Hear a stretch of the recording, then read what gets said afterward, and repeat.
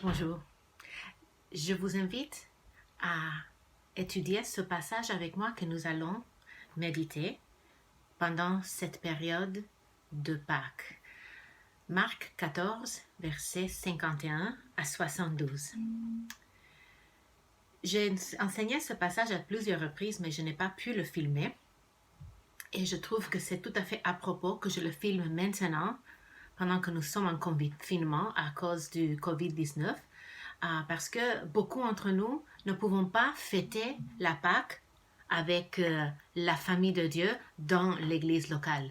Donc, nous pouvons quand même profiter de cette occasion pour nous réunir dans nos foyers avec nos familles pour louer le Seigneur et nous rappeler de son sacrifice pour nous. J'aimerais commencer en vous posant une question.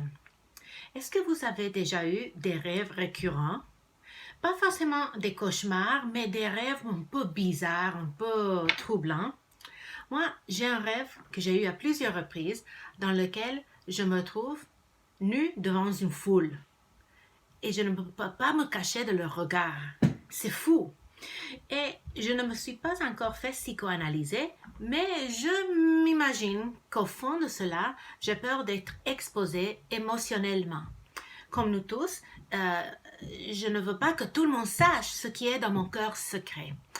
Et je ne veux pas dire que j'ai des gros péchés ou des secrets énormes, mais comme nous tous, je lutte chaque jour contre le monde, la chair et le diable. Et parfois, j'échoue dans ces batailles quotidiennes. Donc, ce fait-là est relevant parce que dans notre passage, aujourd'hui, nous allons voir un récit avec deux hommes qui sont exposés. Un physiquement et l'autre émotionnellement. Et nous allons voir deux procès qui se déroulent en Marc 14, verset 15 à 72. Mais avant de lire le passage, j'aimerais vous situer dans son contexte. Jésus fête la Pâque juive avec ses disciples. Il institue la Sainte Seine et il prévient ses disciples qu'ils vont tous trébucher et qu'ils vont le renier. Mais Pierre, il dit, jamais de la vie. Même s'il faut que je moure, je ne te renierai jamais. Et Jésus le prévient que c'est bien vrai que lui, il va le renier avant que le coq chante 3 fois. Ensuite, Jésus part avec ses disciples dans le jardin de Gethsémani. Et il prie en demandant le Père d'enlever cette coupe, d'éloigner cette coupe. Puis il réveille ses disciples justement quand Judas arrive et la foule, avec une foule armée. Tournez avec moi à Marc, chapitre 14, versets 51 à 72. Le verset 51 dit « Un jeune homme le suivait, n'ayant sur le corps qu'un drap. On se saisit de lui, mais il lâcha son vêtement et se sauva tout nu. » Nous voyons un jeune homme qui fuit et s'expose physiquement. Et est-ce que vous savez qui est ce streaker, ce nu-vite dans notre passage? La plupart des commentateurs pensent que c'est Marc, celui qui a écrit cet évangile, et que c'est sa signature, c'est sa façon d'exprimer qu'il était témoin oculaire des événements de ce récit de notre passage. C'est peut-être aussi sa façon de confesser son péché d'avoir fui face à l'arrestation de Jésus. Est-ce que vous avez entendu que cette histoire bizarre de ce jeune streaker faisait partie non de ce récit, mais du précédent? Parfois, dans les divisions de la Bible, c'est possible que les éditeurs fassent des divisions et ils font leur mieux, et la plupart du temps, ils ont raison. Mais dans notre passage, nous voyons que ce récit a une inclusion, c'est-à-dire il y a comme deux côtés qui forment le début et la fin de notre passage. Et le début nous donne un petit récit, cette petite histoire d'un homme qui est exposé physiquement. Et à la fin, notre passage nous montre un homme qui est exposé émotionnellement. c'est-à-dire Pierre. Nous allons voir que c'est une façon littéraire que Marc utilise pour exposer ces faits, ces liens. Dans les versets 52 à 72, nous lisons le récit de deux procès, celui de Jésus et celui de Pierre. 53, versets 53 à 54, met la scène. Ils amenèrent Jésus chez le souverain sacrificateur où s'assemblèrent tous les principaux sacrificateurs, les anciens et les scribes. Pierre le suivit de loin, jusque dans l'intérieur de la cour du souverain sacrificateur. Il s'assit avec les serviteurs et il se chauffait près du feu. Dans le procès de Jésus, nous voyons trois événements, trois sections distinctes. La première, c'est le faux témoignage contre Jésus. La deuxième section, c'est l'interrogation de Jésus, la première interrogation. Et la troisième partie, la troisième section, c'est la deuxième interrogation de Jésus. Donc, premièrement, nous voyons dans les versets 55 et 56 que les Juifs cherchent des faux témoins contre Jésus.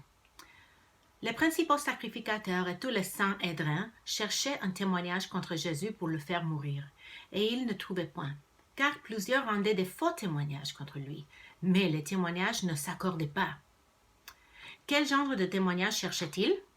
Quel crime avait Jésus commis pour qu'il soit digne de mort? Selon eux, il avait commis le blasphème. Il s'était fait égal à Dieu. En Marc 2, verset 7, Jésus guérit un paralytique. Mais avant de le guérir, il lui pardonne ses péchés.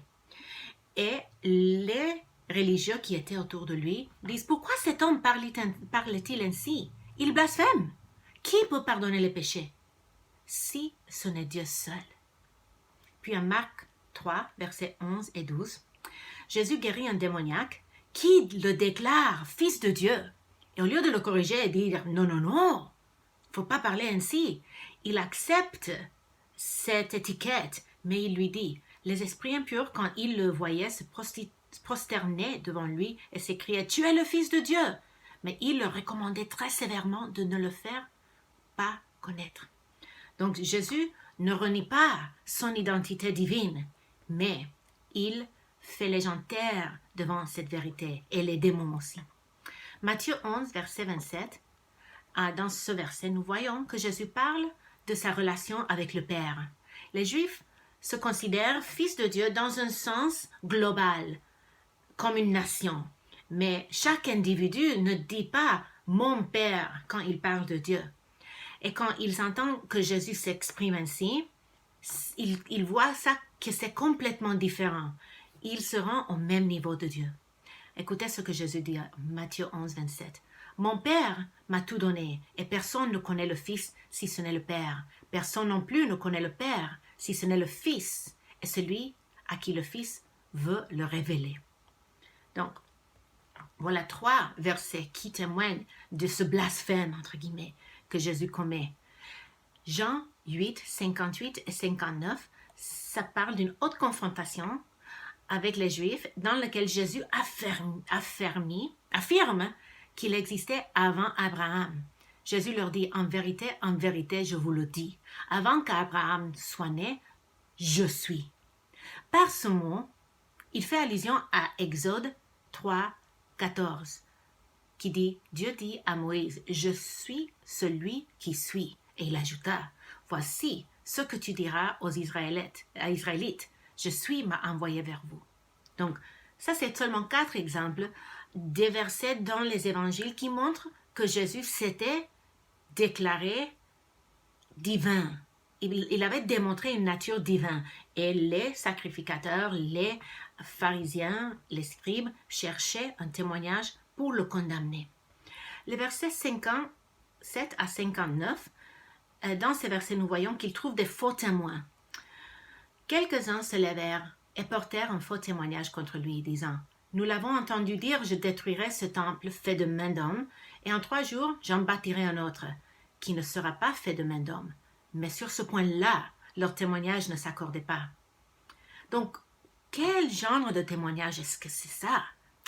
Il s'appuyait sur un verset que Jésus avait dit en Jean 2, versets 18 à 21.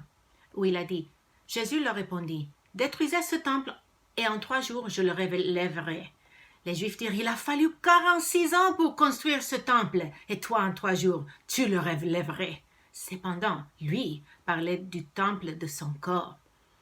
Donc, Jésus prédit sa mort et sa résurrection par cette citation que je viens de donner de Jean, chapitre 2.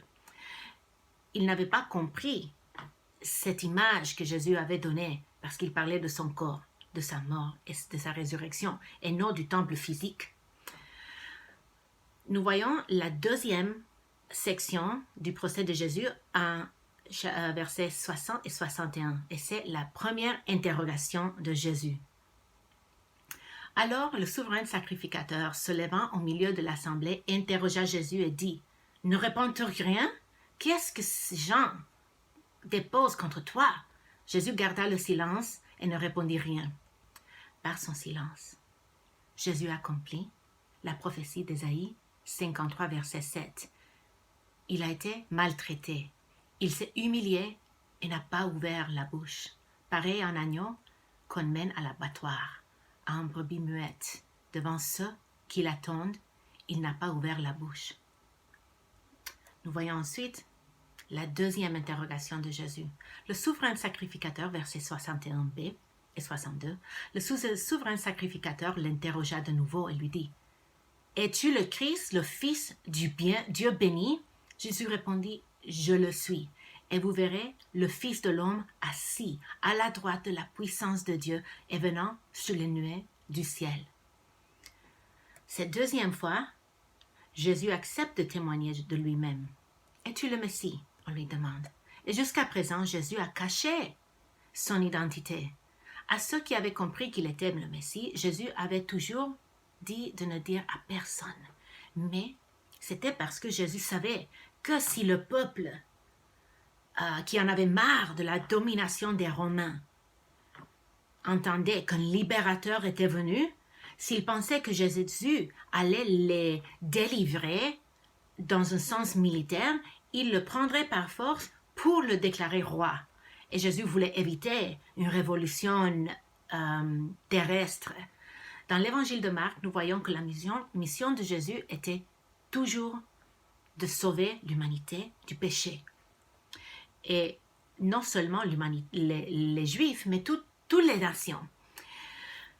Et les Juifs n'étaient pas prêts pour un Messie divin. Ils attendaient un Messie militaire. Finalement, Jésus leur donne une réponse et il fait référence à 3 passages de l'Ancien Testament. Premièrement, Exode 3, 14, qui dit « Dieu dit à Moïse, je suis celui qui je suis. » Et il ajouta, « Voici ce que tu diras aux Israélites, je suis m'a envoyé vers vous. » Quand Jésus dit « je le suis », en grec, littéralement, ça dit « je suis ». Et il fait allusion à Yahweh, le grand je suis. Puis en Psaume 110, verset 1, c'est écrit « L'Éternel a déclaré à mon Seigneur, assis-toi à ma droite, jusqu'à que j'ai fait de tes ennemis ton marchepied. » Ce psaume est le plus cité des psaumes dans le Nouveau Testament et c'est clairement messianique. Finalement, Jésus fait référence à Daniel, chapitre 7, versets 13 et 14. « Pendant que je regardais dans mes visions nocturnes, quelqu'un qui ressemblait à un fils de l'homme est venu avec les nuées du ciel. Il s'est avancé vers l'Ancien des jours et on l'a fait approcher de lui. On lui a donné la domination, la gloire et le règne, et tous les peuples, les nations et les hommes de toute langue l'ont servi. Sa domination est une domination éternelle et elle ne cessera pas, et son royaume ne sera jamais détruit. » Donc, qui est ce fils de l'homme dans ce passage de Daniel? C'est Jésus avant son incarnation. Et qui est l'ancien des jours sur lequel nous lisons en Daniel? C'est Dieu le Père. Et puis qui seul peut recevoir la domination, la gloire et le règne? Qui peut avoir domination éternelle qui cessera point et un royaume qui ne sera jamais détruit? C'est seulement un Messie divin, c'est seulement un être divin qui peut recevoir ceci par ses propres lèvres. Jésus donne le témoignage que ses accusateurs cherchaient contre lui. Il leur donne la corde pour le pendre.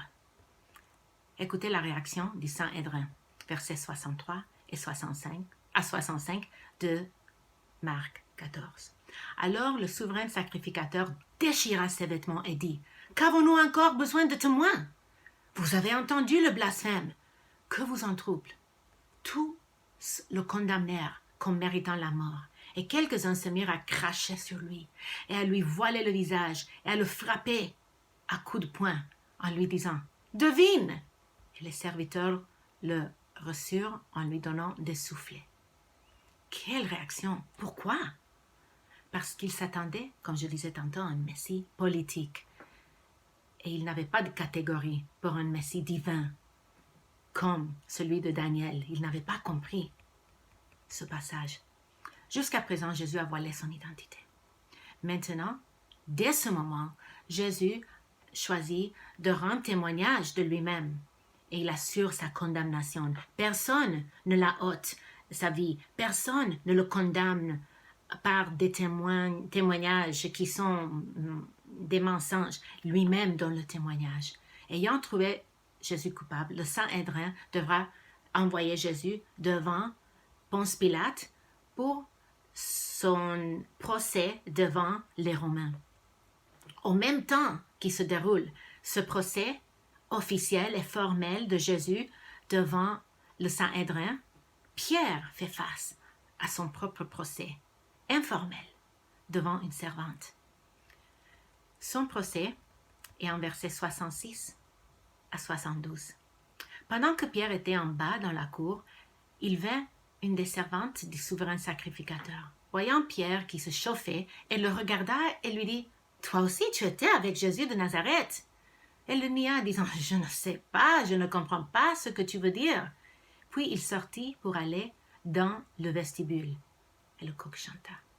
La servante, l'ayant vu, se mit de nouveau à dire à ceux qui étaient présents: « Celui-ci est de ces gens-là. » Et il le nia de nouveau. Peu après, ceux qui étaient présents dirent encore à Pierre: « Certainement tu es de ces gens-là, car tu es galiléen. » Alors il commença à faire des imprécations et à jurer: « Je ne le connais pas, je ne connais pas cet homme dont vous parlez. » Aussitôt, pour la seconde fois, le coq chanta, et Pierre se souvint de la parole que Jésus lui avait dit: « Avant que le coq chante 2 fois, tu me renieras 3 fois. » Et en y réfléchissant, il pleurait. Pierre a quand même assez de courage pour suivre Jésus cette nuit-là, quand tous les autres disciples avaient pris la fuite, avec l'exception de Jean. Mais il essaye quand même de se cacher. Son accusateur est quelqu'un d'insignifiant, sans importance dans la culture. Le mot en grec pour servante, c'est même esclave. Pourtant, Pierre se sent menacé par elle. Nous voyons dans le verset 67 sa première accusation. « Tu étais avec Jésus de Nazareth. » Pierre le nie, disant qu'il ne comprend même pas de quoi elle parle. Puis il s'éloigne d'elle pour essayer d'éviter plus d'interrogations. Mais cette fille-là, elle est têtue. Elle le suit. Et dans le verset 69, nous voyons sa deuxième accusation. Et il le nia de nouveau. Et ce qui est intéressant de ce deuxième verset, c'est que c'est dans l'imparfait le verbe nier. C'est-à-dire qu'il ne le nie pas une seule fois, il continue à le nier. Et c'est le même mot qui, ailleurs dans les évangiles, est traduit par renier. En Luc 12, versets 8 et 9, il est écrit: « Je vous le dis, toute personne qui se déclarera pour moi devant les hommes, le Fils de l'homme se déclarera aussi pour elle devant les anges de Dieu. Mais celui qui m'aura renié devant les hommes sera renié devant les anges de Dieu. » C'est fort. Finalement, dans le verset 70, nous voyons la troisième accusation. Ceux présents se joignent à l'accusation de la servante et la crainte de Pierre arrive à son culminant. Il jure et il lance des malédictions.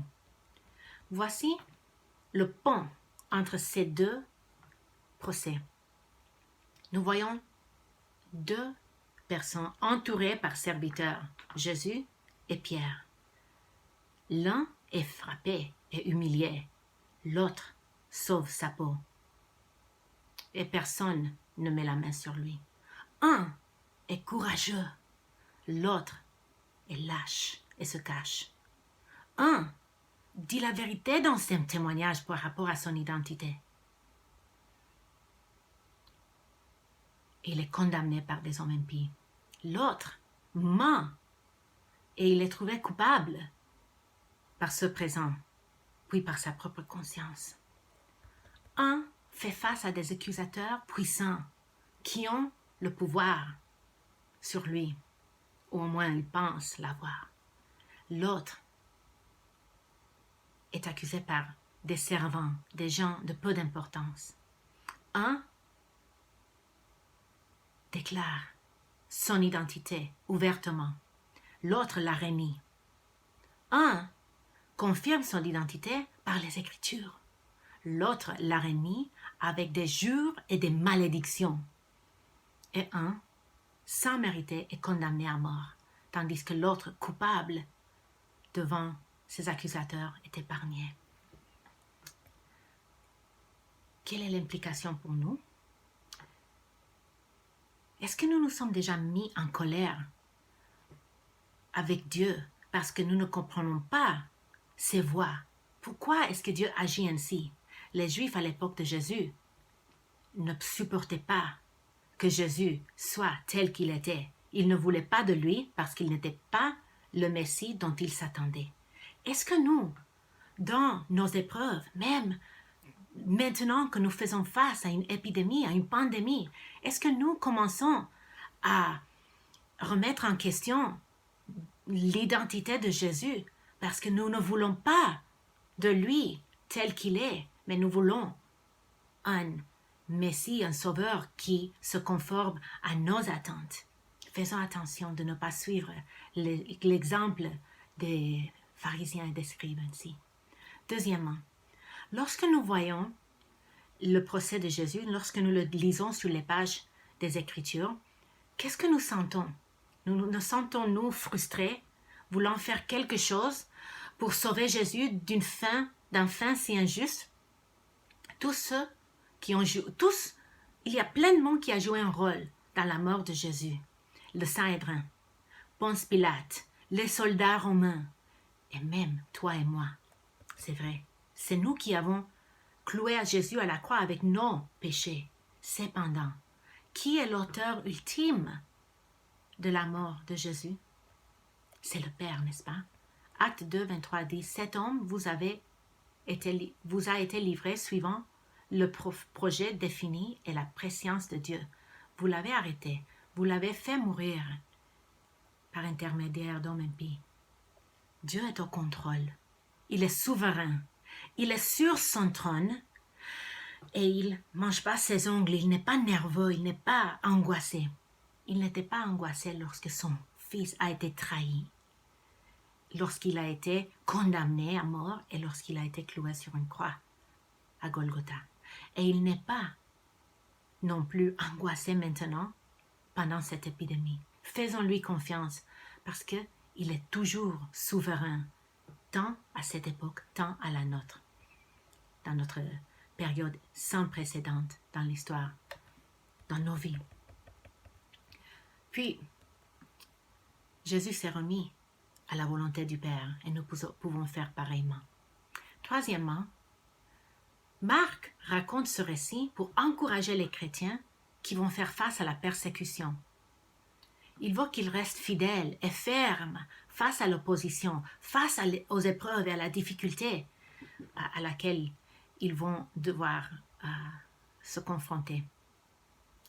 Nous aussi pouvons prendre courage de la vie, de la mort, de la résurrection de notre Seigneur, surtout en cette saison de Pâques, et nous affermir dans notre foi grâce à ce que Jésus a accompli pour nous à la croix. Puis, Est-ce que nous pouvons nous identifier à Pierre? Sommes-nous capables de renier Jésus comme il a fait? Mais oui.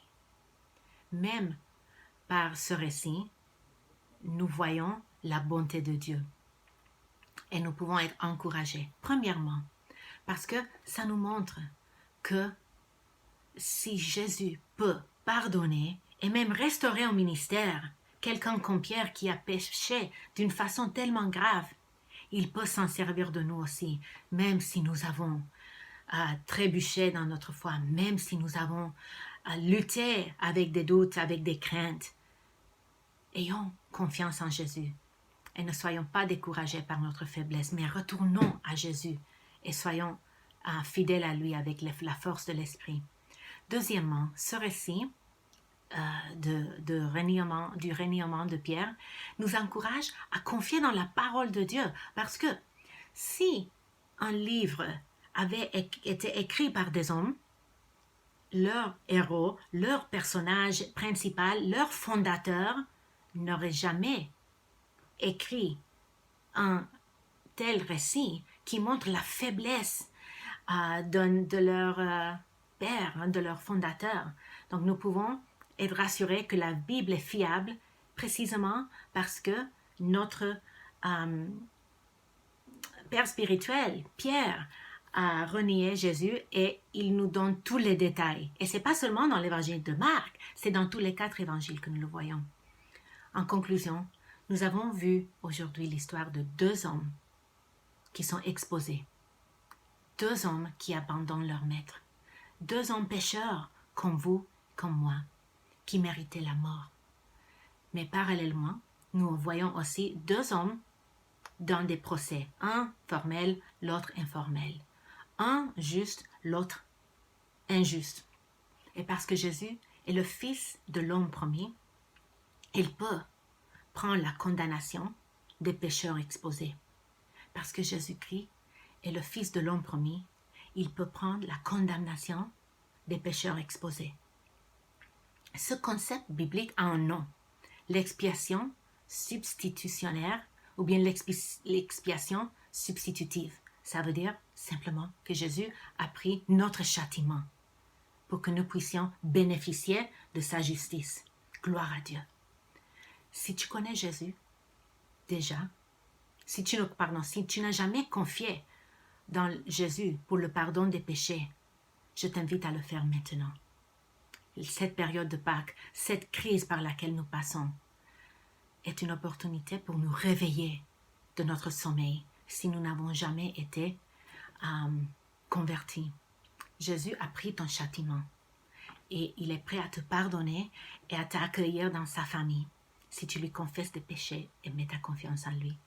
Et si tu connais déjà le Sauveur, souvenons-nous ensemble de son sacrifice. Fêtons la Pâque ensemble en nous souvenant de sa mort et de sa résurrection pour nous.